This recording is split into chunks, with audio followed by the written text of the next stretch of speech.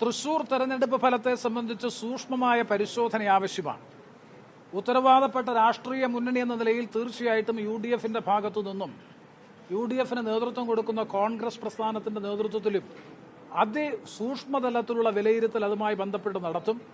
BJP account തുറന്നു എന്നുള്ളത് ഞങ്ങൾ സമ്മതിക്കുന്നു.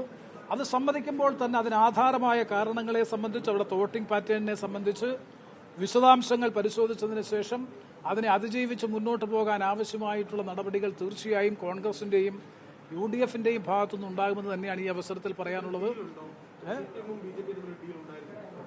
വോട്ടിംഗിന്റെ വിശദാംശങ്ങൾ കിട്ടിയാൽ മാത്രമേ ആ കാര്യത്തെ സംബന്ധിച്ച് വ്യക്തമായ അഭിപ്രായം പറയാൻ കഴിയൂ. കാരണം ഈ തെരഞ്ഞെടുപ്പിൽ BJP കേരളത്തിൽ വോട്ടിംഗ് ശതമാനത്തിൽ അവർ കൈവരിച്ചിട്ടുള്ള വർധനവ്, അതാണ് ഗൗരവതരമായ പരിശോധനയ്ക്ക് വിധേയമാക്കേണ്ടുന്ന പ്രശ്നമെന്നാണ് ഞങ്ങളുടെ അഭിപ്രായം.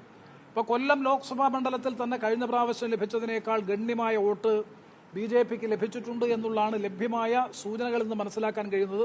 കൃത്യമായിട്ടുള്ള അസസ്മെന്റ് ആയിട്ടില്ല. അതുപോലെ ആലപ്പുഴ നിയോജകമണ്ഡലം അടക്കമുള്ള വിവിധ നിയോജകമണ്ഡലങ്ങളിൽ BJPക്ക് ഉണ്ടായിട്ടുള്ള വോട്ടിംഗ് ശതമാനത്തിലെ വർധനവ് തീർച്ചയായിട്ടും വിലയിരുത്തപ്പെടേണ്ടതാണ്.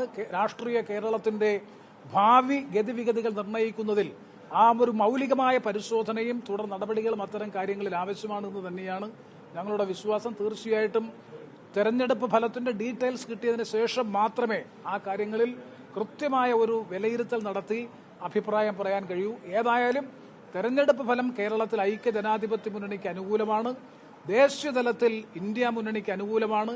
എല്ലാ സംവിധാനങ്ങളും, നിങ്ങൾക്കെല്ലാം അറിയാം, മാധ്യമങ്ങൾ ഉൾപ്പെടെ സകല സംവിധാനങ്ങളും എതിരായി നിന്നിട്ടും അരവിന്ദ് കെജ്രിവാളിനെ പോലെയുള്ള സംസ്ഥാന മുഖ്യമന്ത്രി അടക്കമുള്ളവരെ കൽത്തുറുങ്കിൽ അടച്ചുകൊണ്ട് തെരഞ്ഞെടുപ്പ് നടത്തിയിട്ടും അക്കൗണ്ട് ഫ്രീസ് ചെയ്തു. ഇന്ത്യൻ നാഷണൽ AICCയുടെ ഫൈനാൻഷ്യൽ അക്കൗണ്ട് അവർ ഫ്രീസ് ചെയ്തു, മരവിപ്പിച്ചു.